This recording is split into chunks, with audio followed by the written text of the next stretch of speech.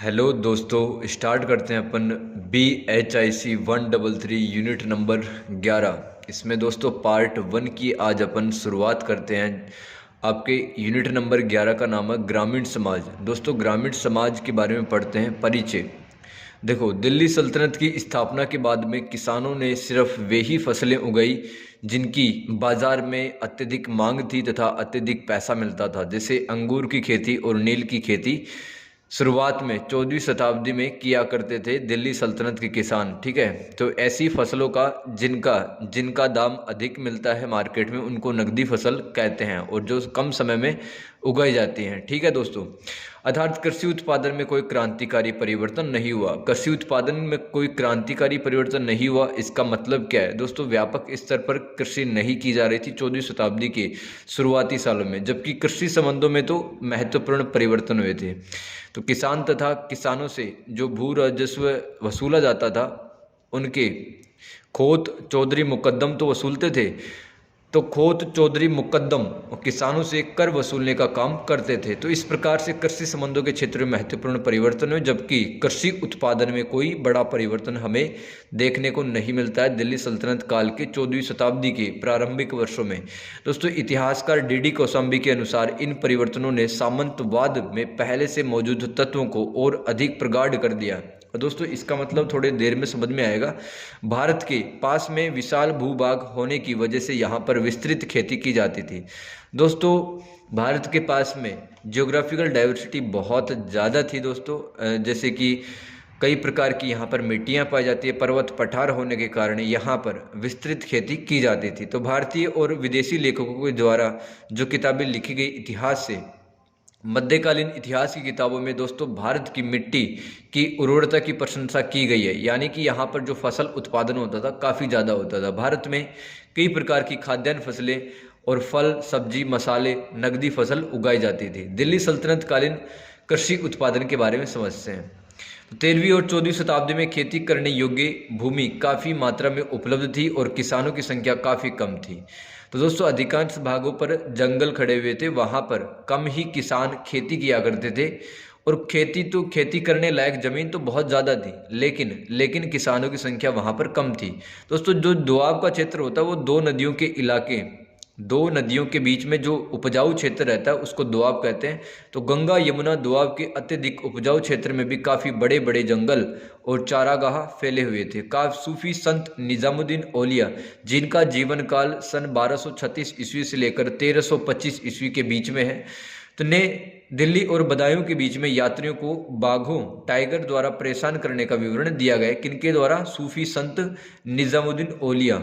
ठीक है दोस्तों, चिश्ती संप्रदाय के चौथे संत थे हजरत निजामुद्दीन औलिया जी। तो इन्होंने क्या कहा है? दिल्ली और बदायूं यूपी में पड़ता है दोस्तों। दिल्ली और बदायूं के बीच में जब कोई यात्रा करता था तब उनका सामना बाघों से हुआ करता था। मतलब समझ सकते हैं कि भाई जंगल काफ़ी बड़े एरिया में फैले हुए थे। इतिहासकार बर्नी, दोस्तों पूरा नाम है बर्नी का जियाउद्दीन बर्नी। इनका जीवन काल 1285 से 1357 के में रहा है। इनके अनुसार इस क्षेत्र में इतने अधिक जंगल थे कि किसानों ने सुल्तान की सेना से बचने हेतु यहाँ पर शरण ली थी।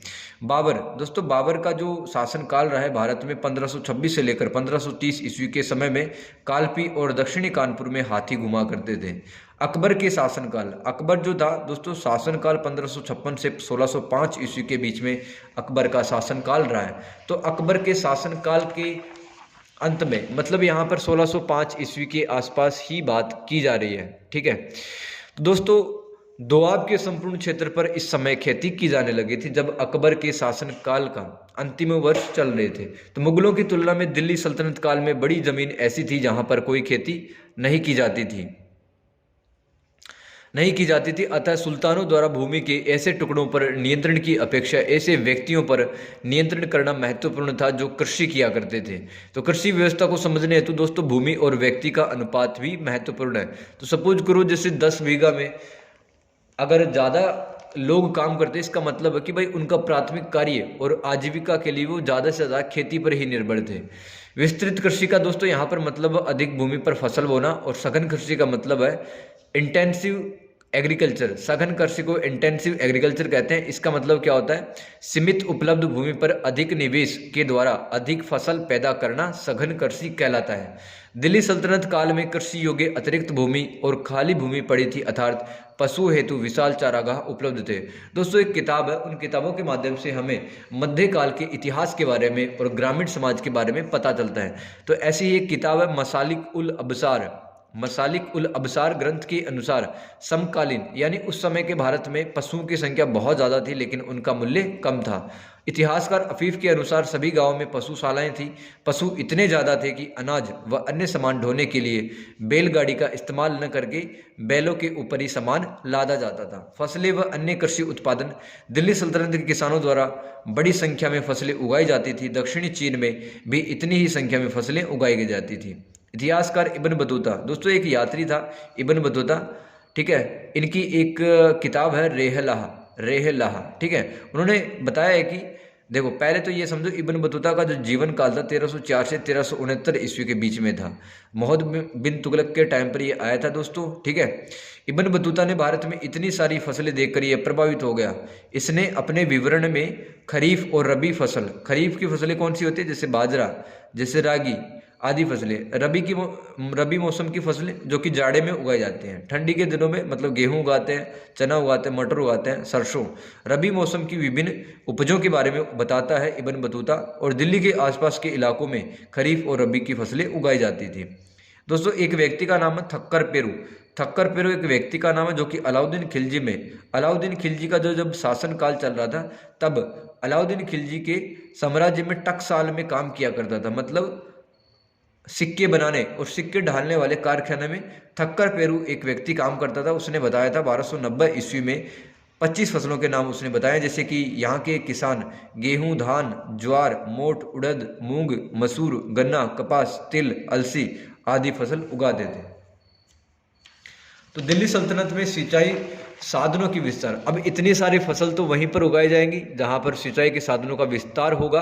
तो दिल्ली सल्तनत में सिंचाई साधनों के विस्तार होने के कारण गन्ना एवं रबी फसलों का भी उत्पादन अधिक किया गया था। तो गन्ना एक ऐसी फसल होती है जिसमें पानी की सबसे ज़्यादा आवश्यकता रहती है। तो सिंचाई साधनों का विस्तार होगा तभी तो गन्ने का उत्पादन भी ज़्यादा होगा। इतिहासकार वर्णनी के अनुसार गन्ने से मदिरा, दोस्तों मदिरा मतलब शराब, गन्ने से मदिरा बनाने का उद्योग दिल्ली और दोआब क्षेत्र में फैल गया था। नील की खेती, दोस्तों प्राकृतिक रंजक होता है, नेचुरल डाई होता है नील। तो नील की खेती का निर्यात भारत ईरान किया करता था। फलतः है ईरान के राजाओं ने अपने देश में नील की खेती को प्रोत्साहन दिया ताकि भारत पर नील की खेती के लिए निर्भरता कम हो सके। ईरान में नील बनाने की खोज में चूने गारे का प्रयोग किया गया था। तो ईरान के राजाओं ने सोचा कि भाई लगातार ऐसे नील खरीदेंगे तो हमारी जो राजकोष है, हमारा राजकोष खाली हो जाएगा। तो उन्होंने क्या किया, अपने ही देश में नील की खेती करना और नील के संबंधित प्रयोग करना वो चालू कर दिए। इतिहासकार इब्न बतूता के अनुसार किसानों ने फलों की खेती भी की, परंतु उन्हें कलम लगाने की तकनीक नहीं पता थी। भारतीय किसानों को कुछ स्थानों पर अंगूर की खेती की गई। तो 14वीं सदी में अंगूरों का उत्पादन बढ़ गया था। इसके दो कारण बताए जाते हैं दोस्तों। मोहम्मद बिन तुगलक ने अपने किसानों को आदेश दिया था, सलाह दी थी कि वे गेहूं की जगह तो गन्ना बोएंगे और जो किसान गन्ना उगाते हैं वो किसान अंगूर बोएंगे।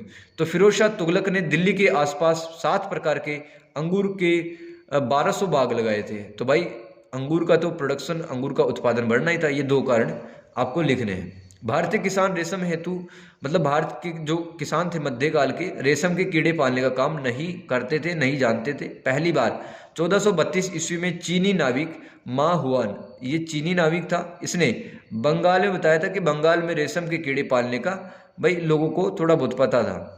नहर सिंचाई व्यवस्था और इसके प्रभाव पड़ते हैं। सेकंड पॉइंट, खरीफ की फसलें व मोटे अनाजों को वर्षा के पानी व नहर सिंचाई से उगाया जाता था।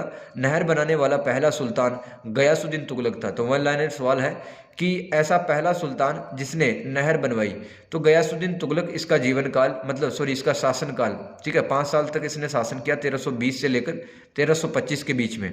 बाद में फिरोज शाह तुगलक ने तो एक नेटवर्क का निर्माण ही कर दिया, नहरों का एक जाल बिछा दिया। अब 1351 और 1388 इसके शासनकाल का भी आपको ध्यान रखना है। फिरोज शाह तुगलक का 1351 से लेकर 1388, इसने भी बड़ी मात्रा में नहरें बनवाई थी। फिरोज शाह ने 2 नहरें बनवाई। कौन कौन सी नहरें बनवाई? फिरोज शाह तुगलक ने। दोस्तों एक का नाम था रजवाहा, एक नहर का नाम था रजवाहा, ठीक है, ये आपको एक याद रखनी है। और दूसरा सॉरी दूसरे नहर का नाम था उल्लूग खानी, तो जिनका पानी यमुना नदी से हिसार, जो कि हरियाणा में पड़ता है, वर्तमान हरियाणा में, ठीक है, तो रजवाहा और उल्लूग खानी 2 नहरों का पानी यमुना से हिसार तक ले जाया जाता था। दोआब की काली नदी से यमुना नदी तक एक और नहर खुदवाई गई। तो 3 नहरें हो गई, 2 नहरें तो रजवाहा और उल्लूग खानी, तीसरी नहर काली नदी से यमुना नदी तक, और चौथी नहर सतलज एवं घग्गर नदी के बीच में खुदवाई गई। तो फिरोज शाह तुगलक ने नहरों का इस प्रकार से नेटवर्क का निर्माण किया। भाई किसानों को सिंचाई के लिए आवश्यक थी, ठीक है, तो पानी नहीं रहेगा तो फसल का उत्पादन कैसे होगा? तो इसलिए फिरोज शाह तुगलक काल ने अपने शासन काल में उसने नहरें खुदवाई। नहरों के कारण पूर्वी पंजाब में कृषि उत्पादन बड़ा, फलता गन्ना अधिक लगाया गया पूर्वी पंजाब में। अफीफ के अनुसार रजवाहा और उल्लूग खानी नहरों से 200 मील का क्षेत्र सिंचित होता था। नहरों के कारण ही अब पूर्वी पंजाब में खरीफ एवं रबी दोनों प्रकार की फसल उगाई गई। परिणाम स्वरूप नहरों के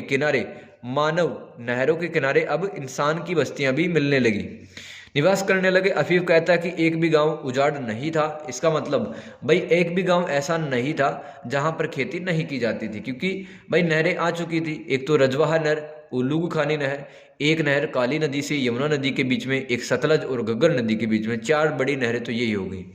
अब देखो दोस्तों दूसरा पॉइंट पढ़ते हैं बी। 13वीं और 14वीं शताब्दी में कृषि संबंध कैसे थे?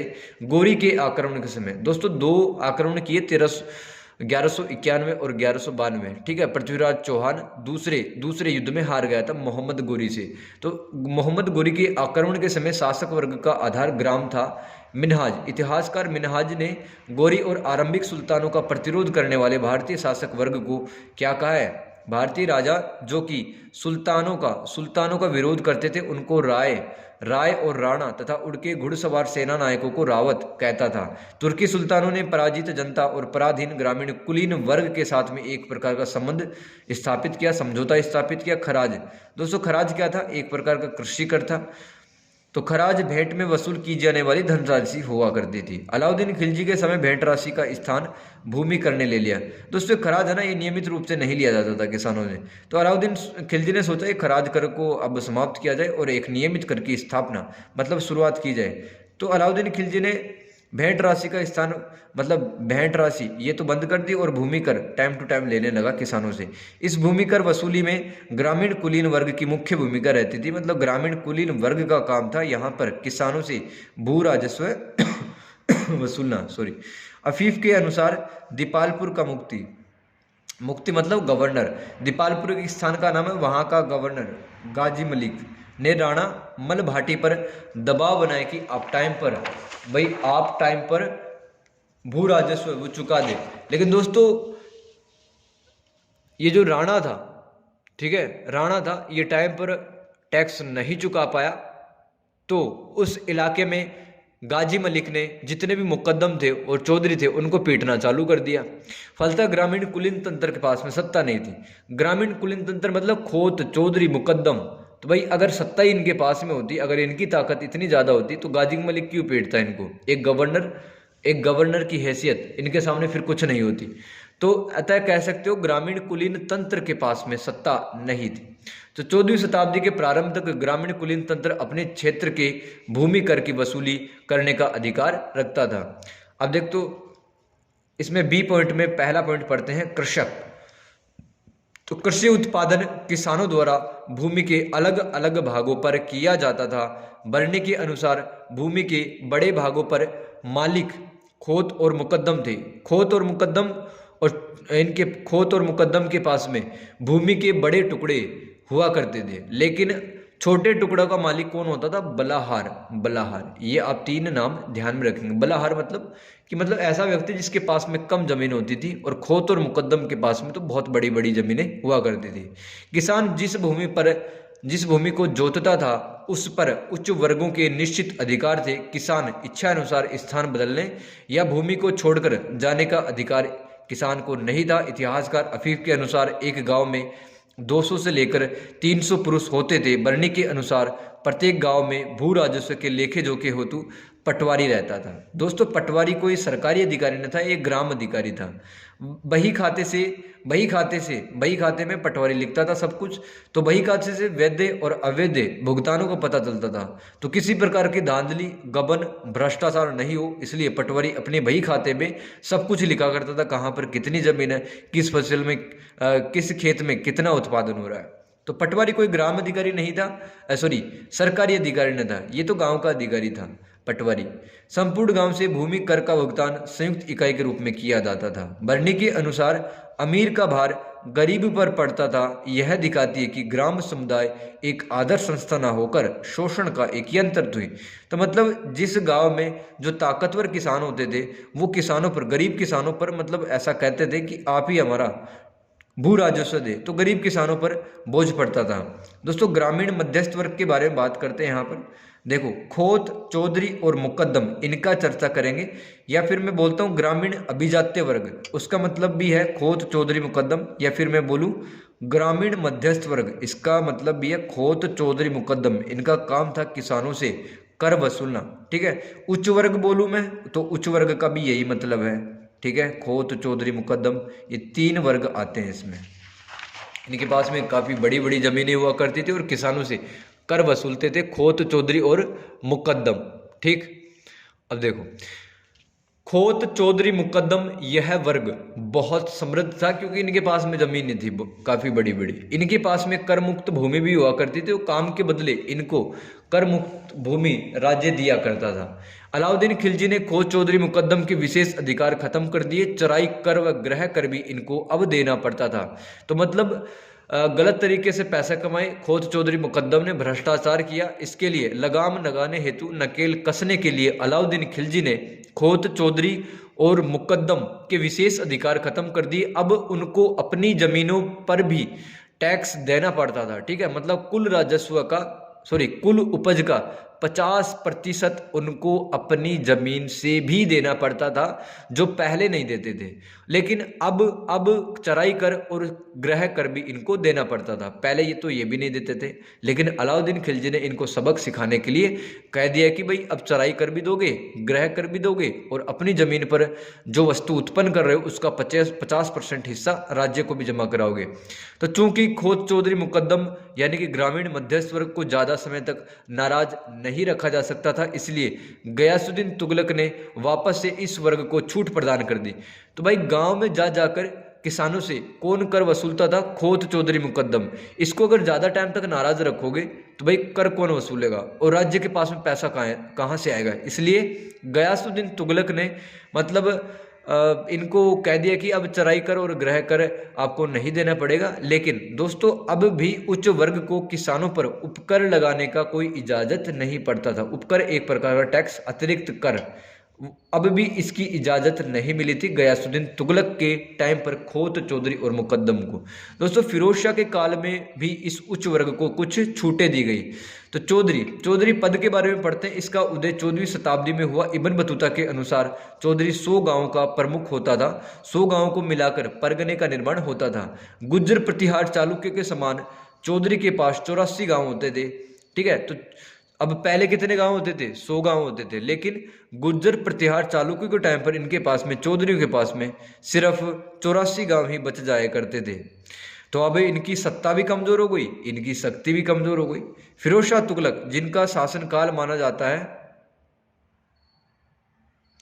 1351 से 1388 के बीच में, तो फिरोज शाह के समय एक और मध्यस्थ वर्ग का उदय हुआ, जमींदार। दोस्तों जमींदार फिरोज शाह के टाइम में जमींदार, लेकिन जमींदार इतना ताकतवर नहीं था पहले। तो मुगल काल में जमींदार पद अत्यंत महत्वपूर्ण हो गया। राजस्व मुक्त या भू अनुदान प्राप्त करता, इसके बारे में पढ़ते हैं, लास्ट टॉपिक है आज की क्लास का। धार्मिक व्यक्तियों धार्मिक संस्थाओं जैसे दरगाहों, मस्जिद, मदरसों एवं शासक वर्ग पर जितनी भी अन्य संस्थाएं आश्रित थी, वहां पैसा कहाँ से जाता था? राजस्व आय के अनुदानों से। ठीक है, तो जैसे मदरसे, मस्जिद और दरगाह और कुछ धार्मिक व्यक्ति और धार्मिक संस्थाएं जहाँ पर धर्म से संबंधित कार्य किए जाते थे, वहाँ पर दोस्तों राजस्व आय के अनुदानों द्वारा उसकी देखभाल होती थी। तो इन राजस्व अनुदानों को आप ध्यान में रखना, मिल्कियत भी कहते हैं, कई जगह मिल्क भी कहते हैं, मिल्क, इदरार और इनाम। तो मिल्क, इदरार, इनाम क्या थे? भू अनुदान। ठीक है, ये राजस्व अनुदान न तो वापस से लिए जाते थे ना हस्तांतरित होते थे, परंतु इन सुल्तानों को इन अनुदानों को रद्द करने का अधिकार भी था। ठीक है, तो मतलब ये हस्तांतरित नहीं होते थे और वापस से नहीं लेते थे। वापस से अगर नहीं लिया जाता था राज्य के द्वारा, तो किसी को अगर धार्मिक कार्य के लिए कोई जगह दे दी गई है तो वापस से नहीं ले सकता है। ठीक है, लेकिन इस धार्मिक अनुदान को रद्द किया जा सकता था सुल्तान के द्वारा। गयासुद्दीन तुगलक ने बड़ी संख्या में अनुदानों को रद्द किया। फिरोज शाह ने यह नीति बदली और पुराने अनुदानों को फिर से जारी किया तथा नए अनुदानों को स्वीकृति दी।